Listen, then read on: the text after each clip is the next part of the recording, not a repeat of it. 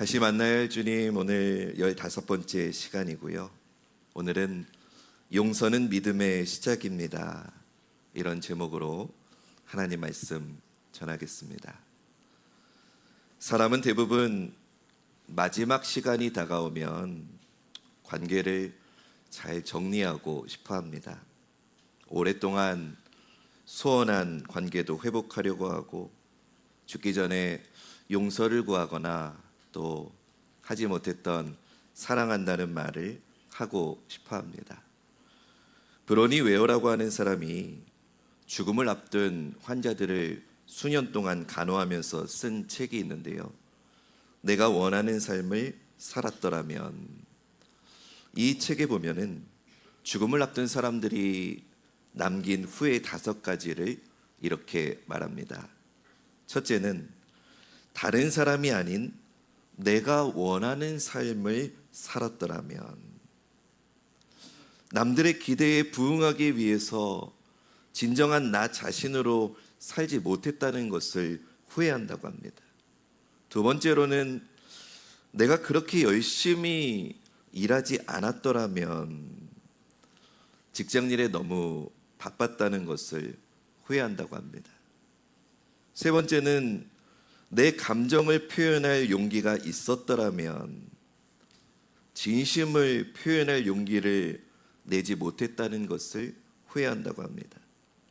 네 번째는 친구들과 계속 연락하고 지냈더라면, 친구들과 연락하지 못했다는 것을 후회한다고 합니다. 다섯 번째는 나 자신에게 더 많은 행복을 허락했더라면, 자신을 더 행복하게 만들지 못했다는 것을 후회한다고 합니다. 많은 공감이 갑니다. 오늘 본문에서 예수님은 이제 마지막 때가 되셨다는 것을 아셨습니다.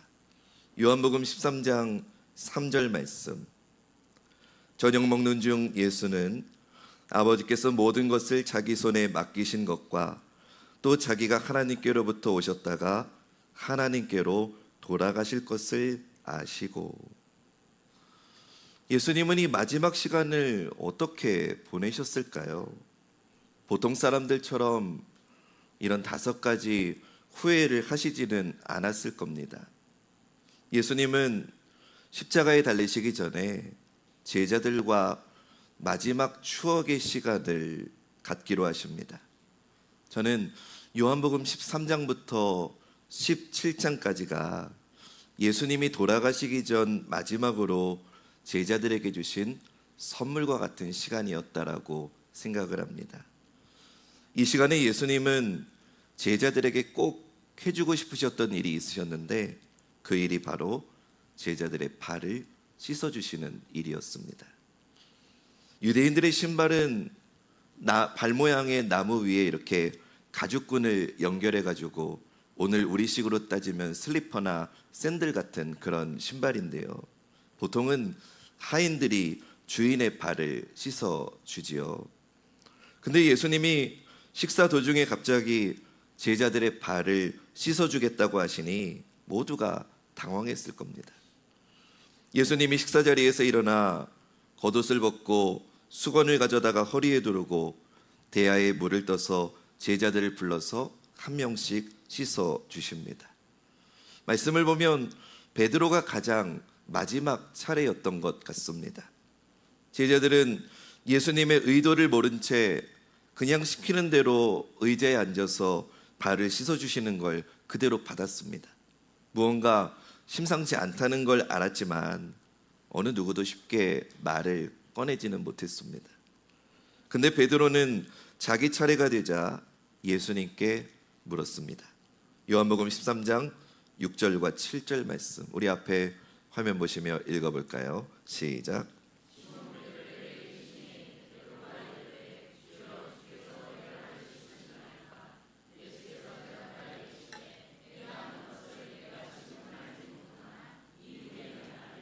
아멘.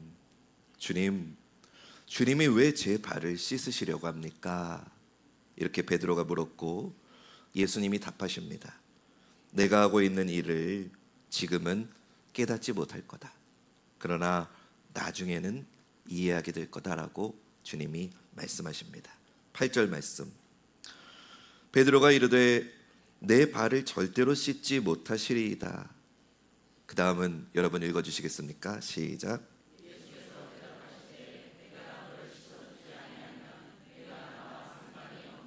아멘. 베드로는 그냥 넘어가질 못했어요. 아닙니다. 절대로 제 발을 씻으실 수 없습니다. 그러자 예수님은 다시 말씀하십니다. 내가 너를 씻어주지 않으면 너와 나는 상관이 없다. 상관이 없다는 말에 베드로는 놀랐습니다. 그리고 이것이 예수님과 상관된, 관계된 사람만 받을 수 있는 일이라면 자신이 제일 가까우니까 더 많이 받아야겠다고 생각을 하고는 이렇게 말합니다. 9절과 10절 말씀 읽을까요? 시작.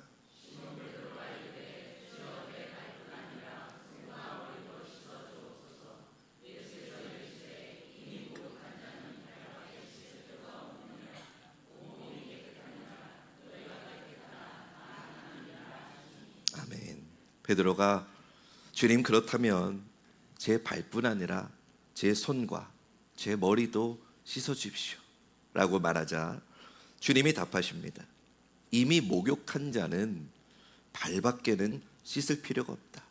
온몸이 깨끗하다. 너희가 다 깨끗하나 다는 아니다라고 말씀하십니다. 여러분, 우리는 그동안 제자들의 발을 씻어주신 이 세족식의 의미를 겸손 혹은 섬김 이런 의미로 많이 알고 있었지요.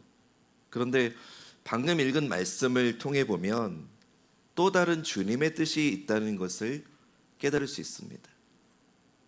결론만 말씀드리면 목욕이 단번에 우리의 죄를 씻어서 구원에 이르게 하는 것을 비유했다면 발을 씻어주시는 건 우리의 삶에서 일어나는 죄를 씻어주신다는 의미를 가지고 있습니다.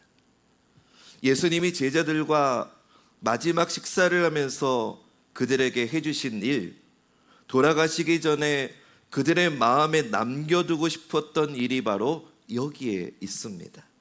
사랑하는 여러분, 목욕과 발 씻음은 굉장히 중요한 의미를 담고 있습니다.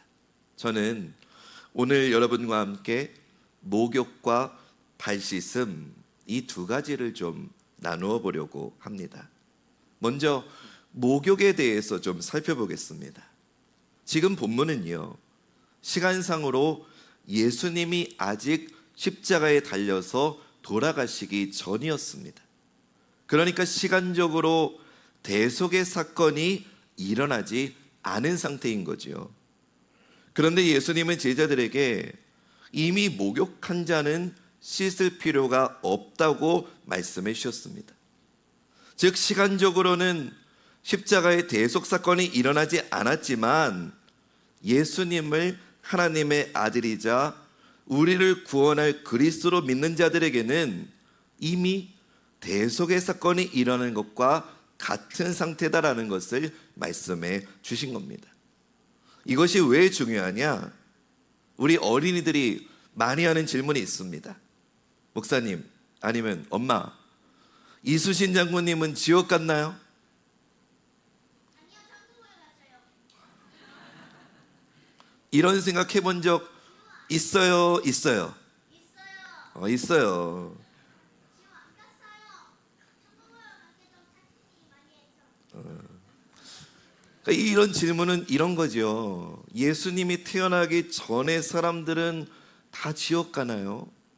오늘 이 질문에 답을 드리겠습니다.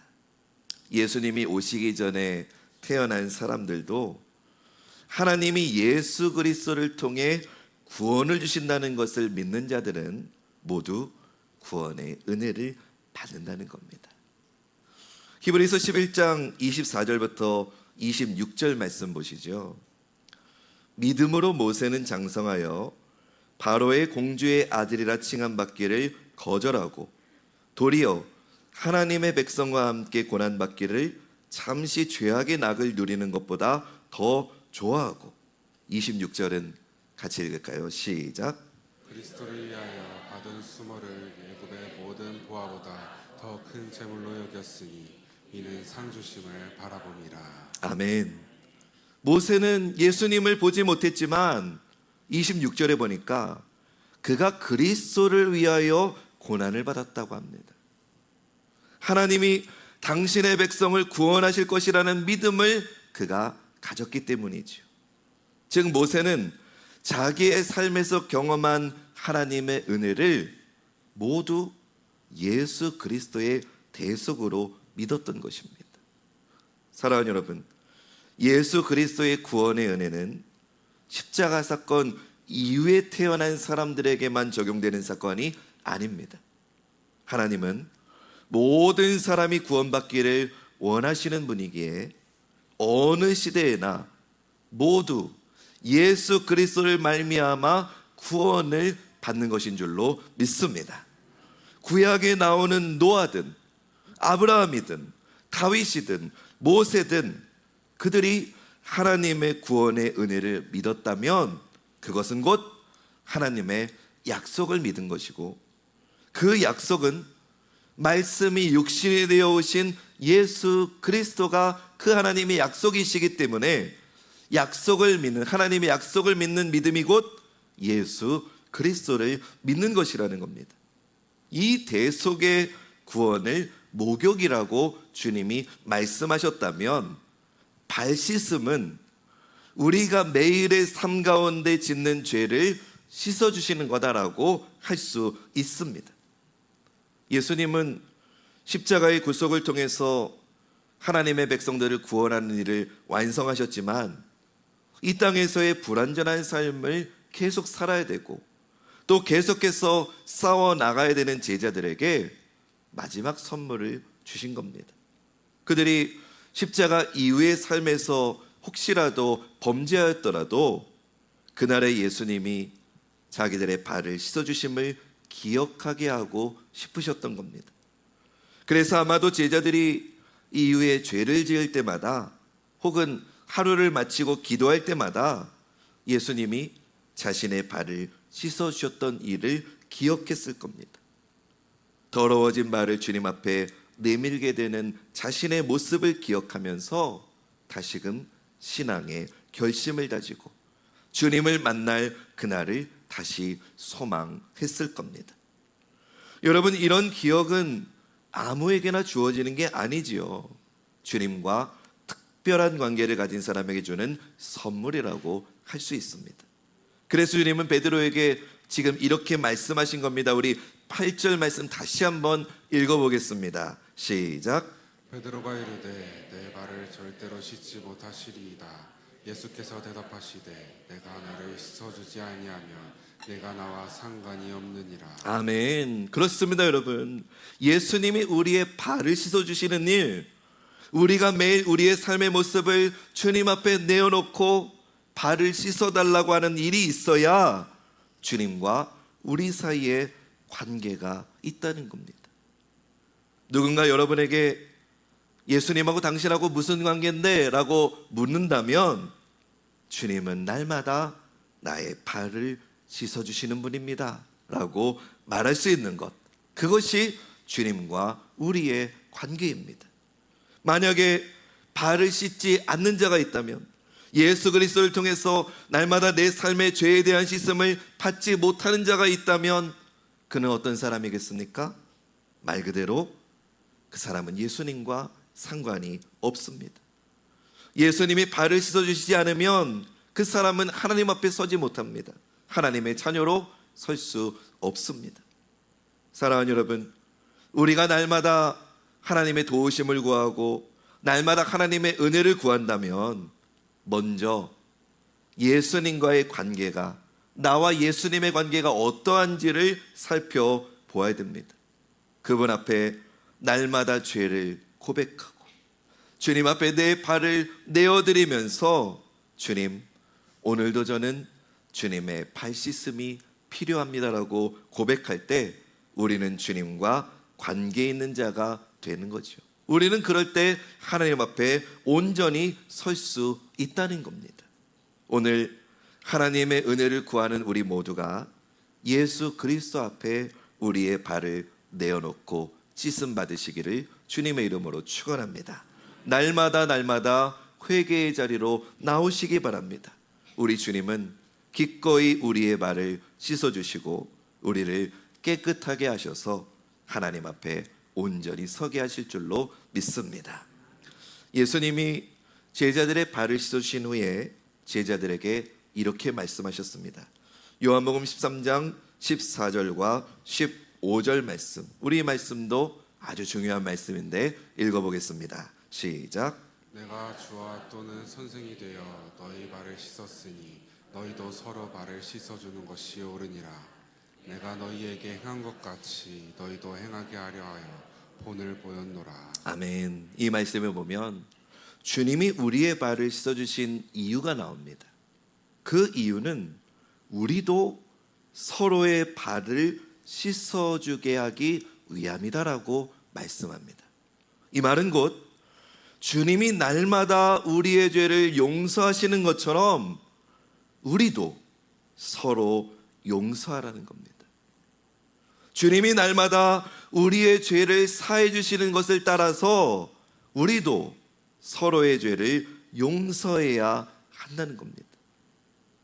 주님이 가르쳐 주신 기도, 주기도문에서 우리가 주기도문을 고백할 때마다 이런 고백을 했습니다. 마태복음 6장 12절 말씀, 우리 날마다 하는 고백인데요. 한 번 더 해볼까요? 시작. 우리가 우리에게 죄 지은 자를 사하여 준 것 같이 우리 죄를 사하여 주시옵고. 아멘. 우리가 우리에게 죄 지은 자를 사하여 준 것 같이 우리 죄를 사하여 주시옵고. 이 고백을 오늘 주제로 바꾸면은요, 우리가 다른 사람의 발을 씻어준 것처럼 우리의 발을 씻어주옵소서라고 할 수 있을 거예요.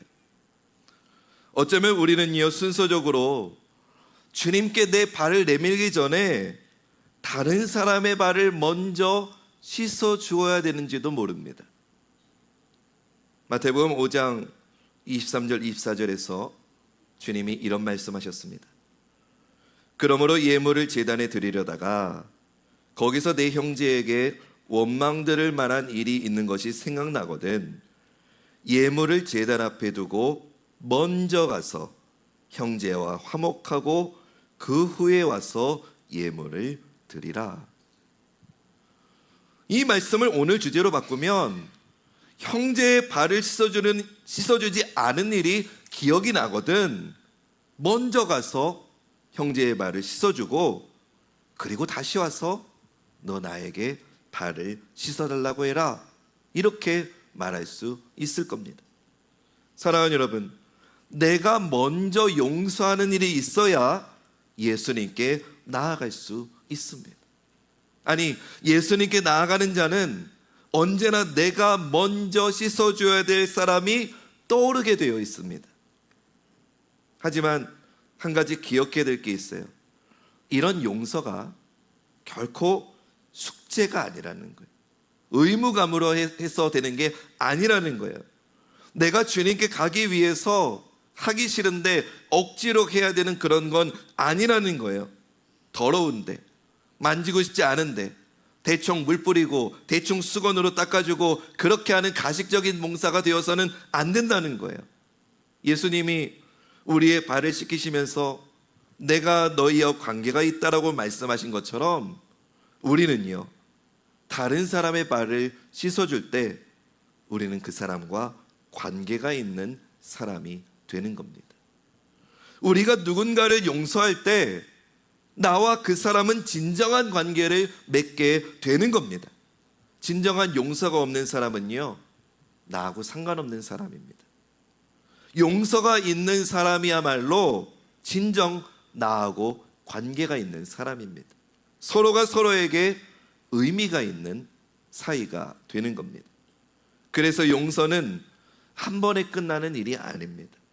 용서는 우리가 주 안에 서로 있다는 것을 확인시켜 주는 겁니다. 용서는 내가 그냥 대충 용서했다고 하고 이 사람 다시 안 볼 거야 하고 정리하는 그런 기회가 될 수 없고요. 오히려 용서는 서로를 더 가깝고 서로가 더 의미 있는 사람으로 더 깊은 관계로 나아가게 될 사람임을 보여주는 사랑의 행위입니다.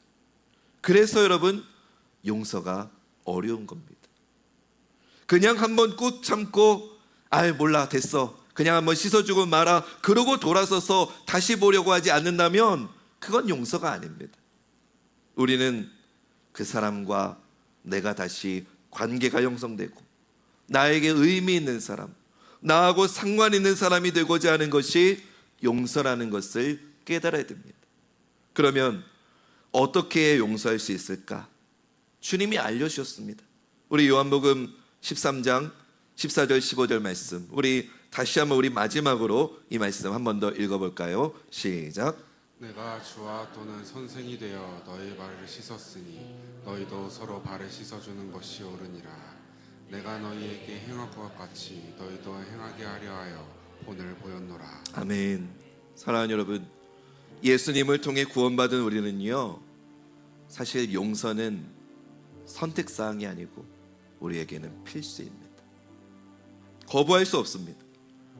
주님의 보혈로 죄 씻음의 목욕을 한 자라면 반드시 형제를 사랑하고 그의 죄를 용서해주고 다시 그와 주님 안에서 사랑의 관계를 맺어야 됩니다. 우리 주님의 말씀대로 우리 다시 서로의 발을 씻어 주십시다. 우리 서로 다시 깊은 관계를, 주 안에서 깊은 관계를 회복합시다. 서로가 서로에게 의미 있는 사람이 되어 줍시다. 목사님, 왜 그래야 되는데요? 그냥 나 저 사람 안 보고도 살 수 있는데요. 그냥 주일날 1시간만 못 본 척하고 지나가도 내 삶에 아무 지장 없는데요. 왜 용서해야 되죠? 왜 관계를 회복해야 되죠?